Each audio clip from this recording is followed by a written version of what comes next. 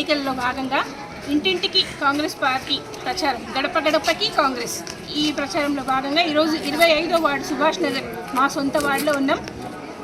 ఇక్కడ అంతా ప్రజలు అందరూ కూడా మాకు ఆత్మీయులండి. ఎందుకంటే ఏది ఉన్నా కానీ మీకు మేము ఉన్నాం మేడం అని చెప్పేసి ప్రతి దానికి కూడా అన్నిటికీ సపోర్ట్ చేస్తూ ఉంటారు. ఒక్క పిలిపిస్తే చాలు, ఇగో మా అక్క చెల్లెలు అందరూ ఒక్క పిలిపిస్తే చాలు అందరూ వస్తారు. మా అన్నదమ్ములందరికీ కూడా ఫస్ట్ ఆఫ్ ఆల్ మీ అందరికీ థ్యాంక్ యూ చెప్తున్నా, అప్పటి నుంచి మా వెనకాల తిరుగుతున్నందుకు. అయితే ఒక్కటే చెప్పేది, రంజితన్నని పార్లమెంట్ ఎలక్షన్లో భాగంగా రంజితన్న మన చేవెళ్ళ అభ్యర్థి, కాంగ్రెస్ అభ్యర్థి, కంపల్సరీ మంచి భారీ మెజార్టీతో రంజితన్నని గెలిపించుకోవాలి. ఎందుకంటే స్పీకర్ గారు మనకు ఒకటే ఆదేశం ఇచ్చిండ్రు, రేవంత్ అన్న స్పీకర్ గారికి ఈ బాధ్యత అప్పగించిండ్రు. కాబట్టి మనము ఇక్కడ రంజితన్నని పెద్ద మెజార్టీతో గెలిపిస్తే మనం అది స్పీకర్ గారికి ఒక పెద్ద గిఫ్ట్ ఇచ్చినట్టు అవుతుంది.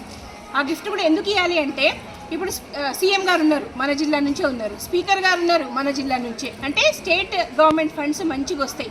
అట్లనే చేవెళ్ళ గడ్డ మీద కాంగ్రెస్ పార్టీ ఎంపీ గెలిస్తే సెంట్రల్ నుంచి కూడా, అంటే అక్కడి నుంచి కూడా ఫండ్స్ వస్తే కూడా చల్లీలకు వేణీళ్ళు తోడంటారు కదా, అట్లా ప్రతి రెండు కూడా ఫండ్స్ కలిపి పెద్ద ఎత్తున డెవలప్మెంట్ చేసుకోవచ్చు. ఇప్పుడు మనం చూస్తూ ఉన్నాం, స్పీకర్గా ప్రసాదన్న గెలవగానే పెద్ద ఎత్తున నిధులు మంజూరు చేయించిండ్రు. కాకపోతే ఇప్పుడు ఎలక్షన్ కోడ్ వచ్చింది కాబట్టి ఏ పనులు కూడా స్టార్ట్ చేయొద్దు కోడ్ల, కాబట్టి అన్ని పనులు కూడా ఆగిపోయి ఉన్నాయి. ఇప్పుడు మన మున్సిపాలిటీ కూడా పెద్ద ఎత్తున నిధులు మంజూరు చేయించిండ్రు ప్రసాదన్న. ఎలక్షన్ కాగానే కూడా మీరు అందరు అడిగింది కదమ్మా, ఇక్కడ రోడ్లు కావాలి అవి అని చెప్పేసి అన్నీ కూడా అన్న దృష్టికి తీసుకెళ్ళడం జరిగింది. భారీ ఎత్తున మంచిగా కూడా చేసుకుందాం. అట్లనే ఇప్పుడు మంచిగా ప్రసాదన్న చెప్పినట్టు మనం రంజితనని గెలిపించుకొని చేస్తే మంచి ఫండ్స్ వస్తాయి. ఇది ఒక్కటి మనం అందరం దృష్టిలో పెట్టుకోవాలి. ఎవరింట్లో వాళ్ళు కూర్చొని అవును గెలవాలంటే కాదు, అందరం బయటకు రావాలి, అందరికీ మోటివేట్ చేయాలి, అందరితోనే ఏపియాలి.